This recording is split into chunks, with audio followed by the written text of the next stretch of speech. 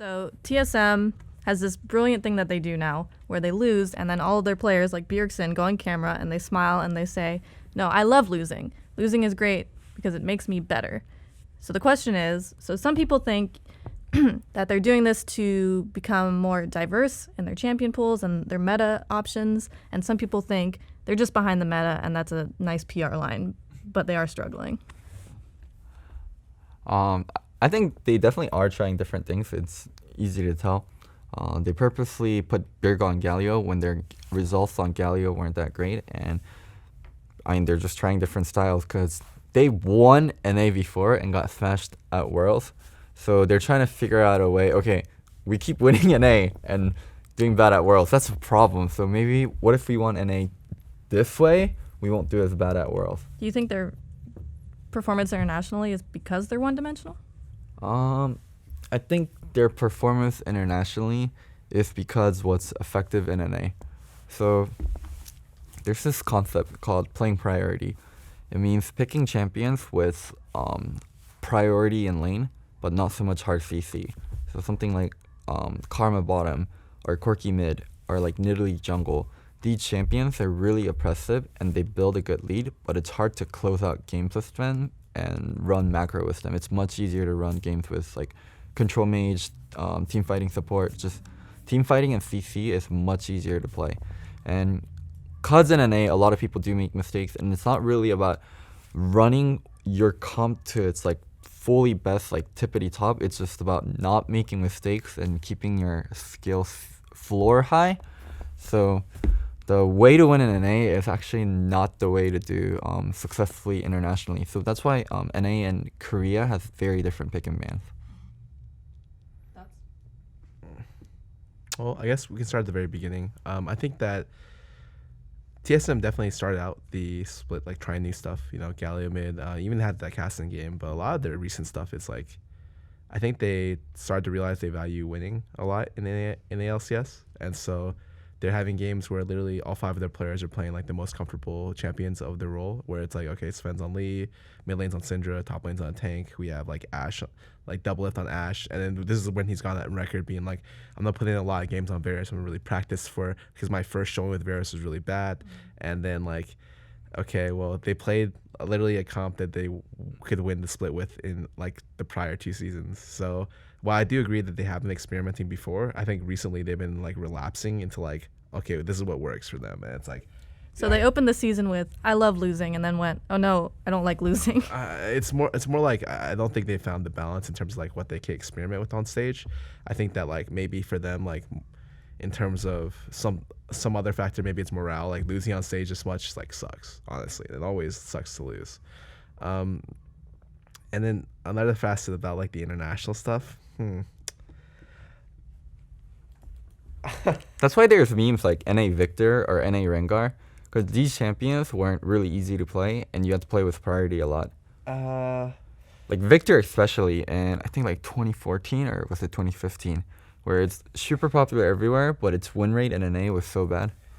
I mean, a lot of the bad win rate stuff is because like it was picked so much that like the lower level teams are picking it, and then like they just get stomped by the better teams. But yeah, NA Rengar used to be a thing. I don't necessarily know if that's because of like a lack of like skill to be able to play the characters.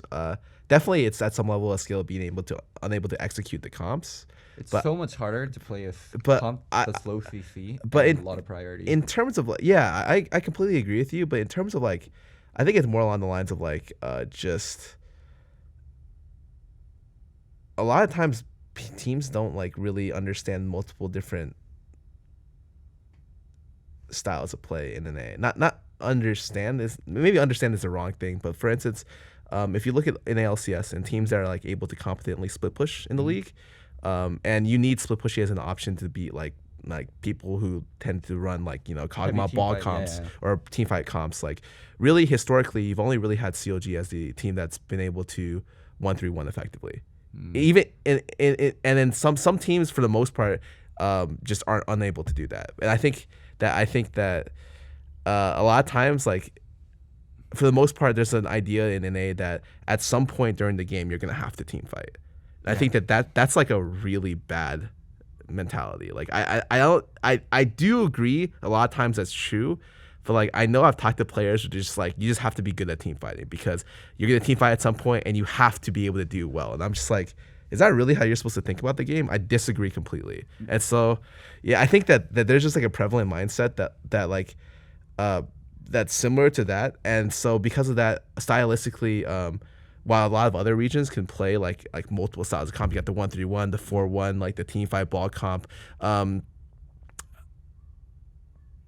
NA has always been limited in terms of teams who have been able to do that. And I just think generally their understanding of the game is fairly low. Like I think player understanding of the overall game, like players are mechanically great, but there are a lot of players like on teams. Like usually you want like all 5 of your players to like really understand the game at like a core level. But really, I think that it's rare that I find more than 2 of the 5 players in the team that really like understands the game, and it's more like on that other 3 to like just follow and listen and like follow up on what the other calls are, which can work, but honestly sucks a lot of times, and you have to make like really rapid, fast-paced decision making. You can't just crutch on the 2 that like really understand foundationally how to play the game.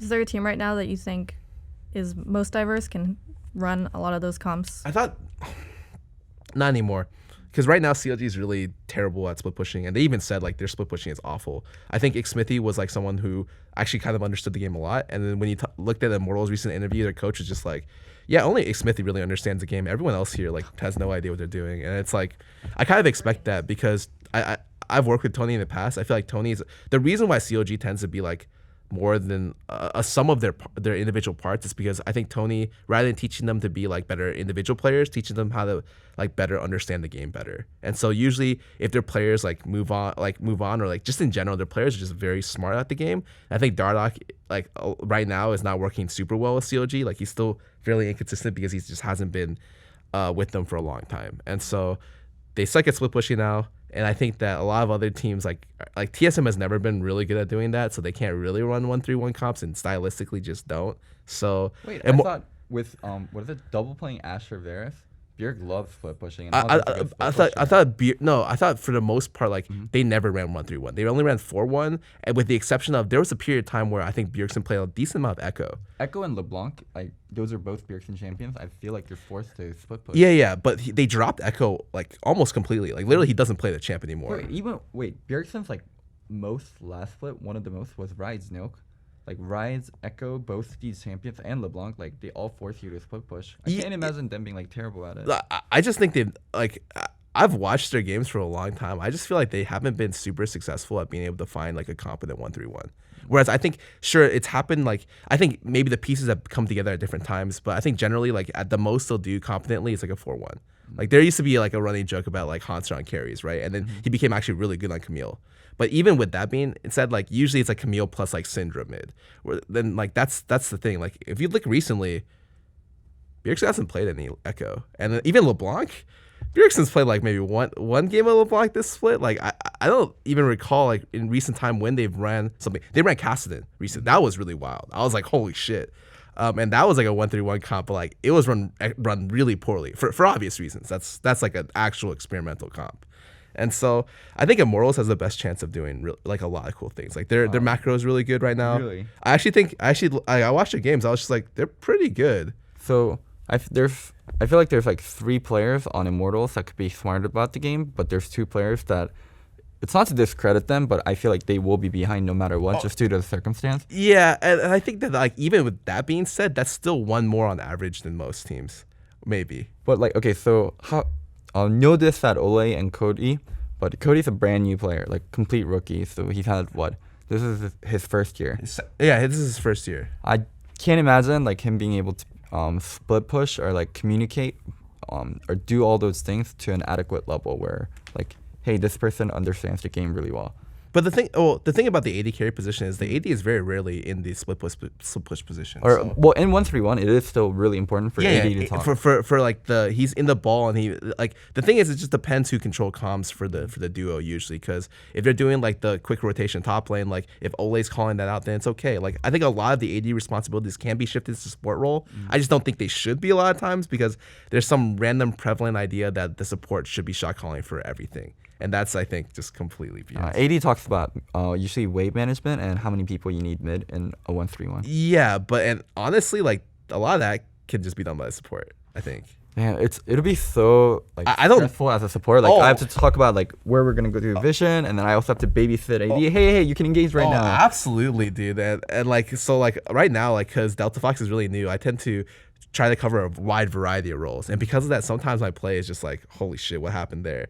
But like yeah, like it could happen even on better teams. Okay, so the other thing is, Ole is very playmaking heavy, and then when you look at him in the past, like and how he plays just to make random picks, not so much off vision, but just off hitting skill shots. So I don't see him being a very like a brainy or a cerebral player. He's like Blitz, Morgana, like Thresh. I mean, I think even if like in terms of like in game intelligence wise, they may not be very high. They're able to cover that portion with a lot of like what they do well early, and so most of it comes off the back of like, okay, maybe like they're getting put in really good positions because like Smithy right now is having like a really fantastic second season. renaissance. Yeah, like literally, like the guy is playing like absolute monster. For more league interviews and analysis, subscribe to our channel. You can also find stats, discussions, and more on our website and mobile app at blitzesports.com.